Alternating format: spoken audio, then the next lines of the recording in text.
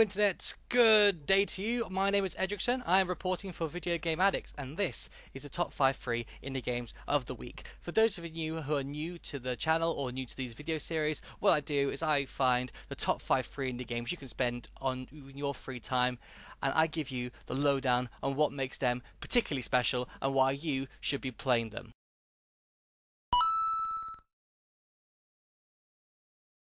Jumping straight into my list this week, we have the Land of Enki. Now, this game reminds me an awful lot of a Mario game, as it is a 2D side-scrolling platformer, and mirroring a Mario game, your mission is to rescue the princess. Now, why are you going to rescue the princess, you may be asking? Well, you're cursed. And I'm not entirely sure why you're cursed, but the royal family is the only one who can save you, and lo and behold, they've gone missing. So, you have to battle through the free zones to reach her and free her from captivity. Along the way, you'll encounter 3 bosses, increasing in difficulty as you go along. However, fear not, you too can become stronger. As you smash pots and slay enemies, you gain gems, or these crystals, which can be used to upgrade you. You could do this by going to a merchant and buying upgrades and gaining health. The upgrades you can get give you better swords, which make you more powerful, which means you do more damage, which means you don't take as many hits. You gain extra hearts, and what you simply need to do is keep killing and keep killing until you can get strong enough to take on these bosses as you go along. You're also given a set of bombs, and you can use these to reveal secret areas and chests that are hidden throughout the map. Each map has different numbers of chests that you can use, and inside there is special loot which you can use to upgrade and enhance your abilities. So as you destroy opponents, find secrets, and slay bosses, you progress through the land of these free zones or environments. And overall, this game was very enjoyable. It was very simple controls, and I liked it for that. The Mario's graphics were quite nice to look at. Nothing special, but it did the job quite effectively, and I've got no quarrels with it. There was some challenge. The bosses were quite difficult, and if you didn't have the necessary upgrades to fight them, then it was quite difficult, and you'd find yourself having to do previous levels in order to gain the gems to get the upgrades you need to fight them. But overall, I found it quite a very easy game. Music and sound effects are very basic and simple. The music itself was used to help immerse you into the environment. For example, in the desert zone, like an Egyptian zone, you had this Egyptian music playing in the background, which really helped try and immerse you into the gameplay as you went along. But other than that, it was a very simple use of sounds. I thought overall this game was a good game. It was very nicely done. It wasn't anything new or original, but as free games go, this is a very safe, sound, solid 5. It's got lots of replayability as you work through the levels again and again and again to get more gems to help you upgrade.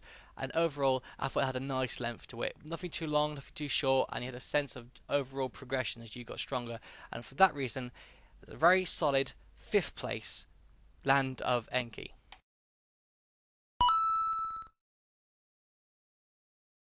Clocking its way into 4th place this week, we have Being Time. Now, this is a wonderfully simple yet well thought out game, very similar to the gameplay of Braid. So if you've ever played that game, you'll know what I'm talking about when I say your actions affect time around you.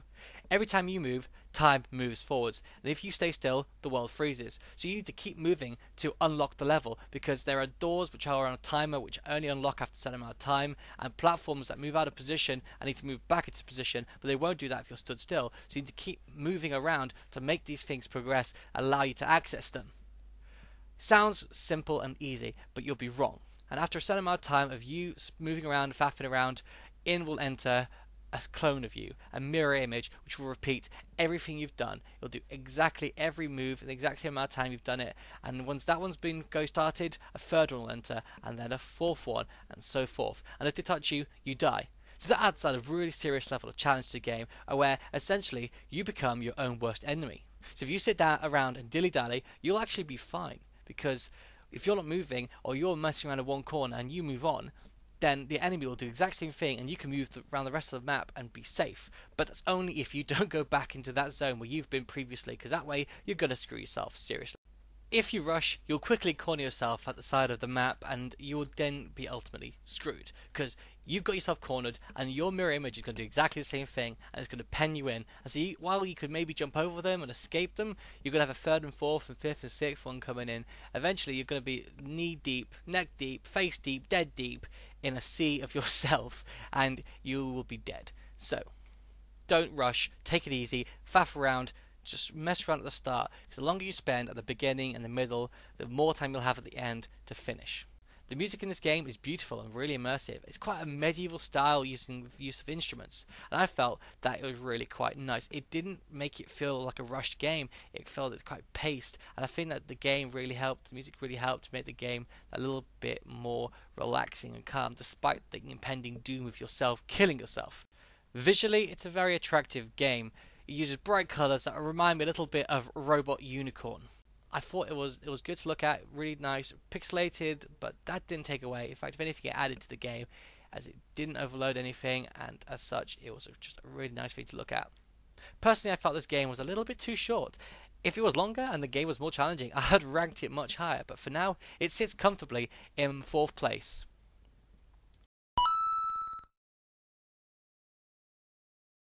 Coolly stepping into my list. In third place, we have Flash Frozen. Now, this is a 3D horror game with cold being your enemy. And I say horror game because the game has a large abundance of creepy voices coming from the ice. So while I don't find the game scary, I definitely found it tense in places, and there was a lot of mystery which made me think, where the hell are these voices coming from? Why the hell are they trying to kill me? What have I done wrong? So, you're on a frozen ship, a very cold frozen ship, and you have no clue what is happening. To a sense, you have amnesia. You can find pieces of paper, reports, and letters that shine more light on the backstory, but all you really need to know is that you're on a very frozen ship and you need to get off before you die. You need to use the fire to keep you warm. You have a little lighter which you can use to light trash cans which have what I think is some sort of flammable substance inside them, and you've got to use these to keep yourself warm. They also act as checkpoints, which I think is a nice little touch. So every time you find one, you can flick it on, warm yourself up, and it saves the game. And so it's kind of a seamless transition through the stages without really like being some sort of noticeable checkpoint thing. It just gives you fire, it heals you at the same time, it saves it for you, and I think that works really nicely. It's unclear if in the story there are any survivors or not, but there is definitely something that wants you dead. Sentient ice? Yeah, they went there. The music is very atmospheric and is doing a perfect job of adding tension to the game where it is needed. The graphics, they're okay, they're nothing special, quite pixelated, which can count against it in its 3D form. However, after a while, you stop noticing that it's quite pixeled, and you just sit back and you enjoy the game as it slowly starts to immerse you, which is good. Controls are simple. I found the mouse too sensitive, and I couldn't turn down the mouse control, so I found myself very slowly moving my hand across the mouse mat, but overall, the controls were quite smooth. Difficulty, there was nothing hard about this game. Maybe it's just my skill, I haven't a clue. But there was one moment, however, where the sea level starts to rise and it goes to drown you, and I found that it was far too fast. I couldn't get up the staircase fast enough to escape it. However, I found a wonderful jumping stairs glitch where if you press jump on the staircase, you fly up that bad boy. You go from the bottom step straight up at lightning speed, and that gets you to the top nice and quickly. Probably not the most legit way of completing that section of the game, but I didn't care because it overcame a problem I was finding with it. The game, it's not scary, but it's a nice air of mystery to the whole thing. It ends on a cliffhanger, and it's obvious that they want to continue the story, so hopefully as they develop it through alpha and into a beta, and maybe into a final game, they'll add more to it, because I think if they add more to the game, it'll be a really nice contender for the week's list. But right now, I'm going to leave it at third because it's not completed, it's lacking a little bit, and I think that it could be even better if they could finish it.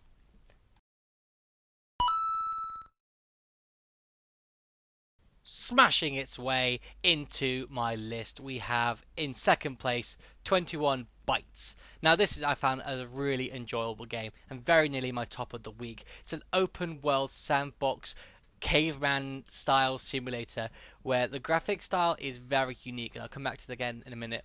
You're a caveman with a big wacky stick, and you've got to go around and hunt the animals. Now, I think the animals, it could be dinosaurs, some sort of wildlife, and you need to go around and hunt them and kill them, because that gives you extra time. So, kill, kill, kill, kill, kill. Keep killing. Kill until you have enough time, because it also heals you.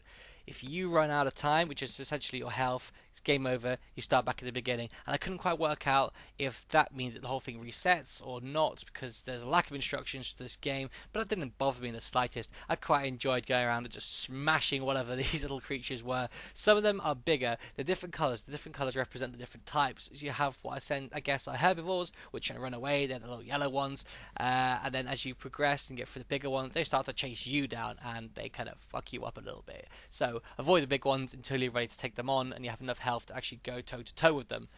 as seems to be the running theme with these indie games. Sound effects wise, it was very basic, but it was good, and it didn't wasn't needed to be any more complex than it was. It was a very effective use of sound. I didn't have any complaints about it. Okay, yes, it was nothing special again, but there was nothing wrong with it. It was very simple and basic. Difficulty, I have no idea what the hell I was trying to do throughout the whole of this game. In the distance, there is this gate which has different coloured segments on it, and I guess if you killed enough of the monsters, you unlock that segment and you can progress through the gate. But I had no idea because it didn't really seem to have any effect, and so I feel like a lack of instructions and tutorial to this game kind of leave you a little bit puzzled and stumped. But as games go, I was quite enjoying just chasing these monsters down and progressing through the game. And that's all I can really say about this game, essentially, because I'm not quite sure what the storyline is, except for killing things. Difficulty wise, it's as hard as you make it. If you go chase down the bigger monsters, it's going to be hard. There's always a time limit, so you can't just sit around and wait. So you can spend ages killing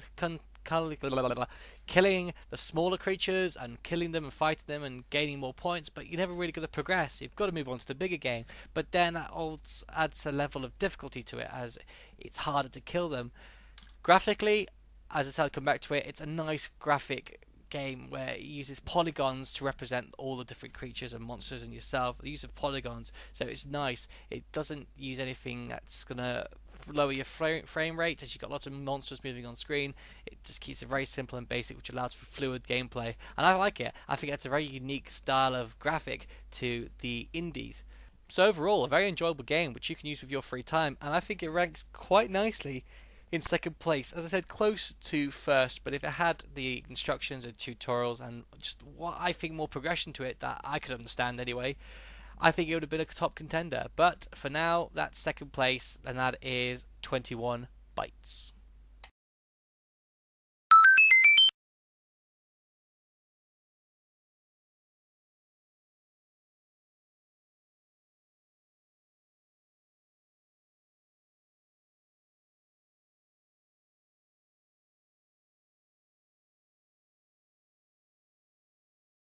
Planting itself firmly into top place of this week, we have Earthrune. Now, this is the first one of the indie games that I've reviewed that you have to actually install in order to play it, which gave me some high optimism for it because I was expecting something quite detailed, and I wasn't disappointed. Visually, I love this game. This is a really good game, especially for a free game. It's on par with a game I reviewed last week, and if you remember, that is Spirit Blaze. It's just a really detailed, visually beautiful game. A lot of work has gone into the graphics of this. But before I digress, let's recap back to the story. You are what looks like an elf, and you are a warden of the forest, and you're in there, and then evil comes down and fucks it all up, comes down and starts wanting to destroy the forest, and so you're tasked with collecting the free special spells, the runes that can help defeat the evil. Now, I didn't complete this game. It's actually quite a long game, so if you're looking for a free indie game, this is definitely worth your time as it's long. But essentially, you get a wand which can be used as a smacky attack, or you can use runes. You can draw special moves which will create long range attacks, and that reminds me of a game, The Void. Now, The Void, if anyone ever played that before, is essentially where you get these special spells and you can draw out the attacks, and if you draw them correctly or in a certain way, then you will complete that attack. Now, it's not quite that complex. This one you just got to draw it across, but that's besides the point. You draw your attacks, which I think is a nice little dynamic to the gameplay. The monsters themselves aren't actually particularly difficult, and I haven't actually got to the main baddie yet, so I don't know how more difficult the game progresses, but the monsters, while offering a bit of a challenge, aren't that hard, so don't expect it to be a particularly difficult game. The music in this game is really good, and what I mean by that is that the music is quite tranquil. It feels quite elvish and like some sort of harmony within the forest, and I think it's a really nice, immersive use of sound. And that's what I really like about all these indie games that I keep playing again and again and again. The music that they use just fits so perfectly. Combat, it has really nice, good controls. I'd say it's the switch between ground attacks where you just click, click, click, smack the enemies with your staff to the point where you're drawing out your spells. I think it blends really quite nicely. When you use the spell, the game freezes, you can quickly draw out the attack you want, and you can do it as multiple times as you want. So it's a nice fluid transition between hitting with the stick and then attacking with the spells. It's not a hard game, as I already said, but it's got a good length to it. As I said, I didn't actually get finished with it. I'm still playing through it at the moment. So lengthwise, really good game, really worth your time. So if you're looking for free indie games, this is definitely worth your attention.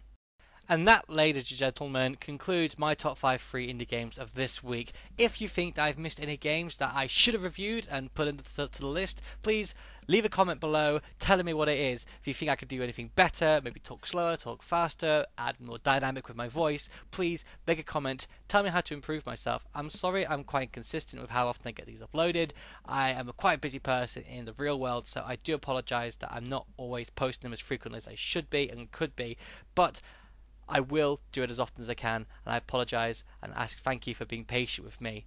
If you want to see more of these top 5 free indie games of the week, then please subscribe to this channel, leave a like, even favourite it, and keep checking back every week and see if I've put a new one up. Apart from that, thank you guys for giving us your time to watch this video. I hope you enjoyed it. Really had a good time having you here listening. I hope it's been useful to you. Hope you go off and try some of these games because they are really worth it. Some fantastically amazing games out there. Go check out Game Jolt, play these games, really worth it, guys. Till then, enjoy your free time, enjoy your life. Speak to you guys again soon. All the best. Adios, amigos.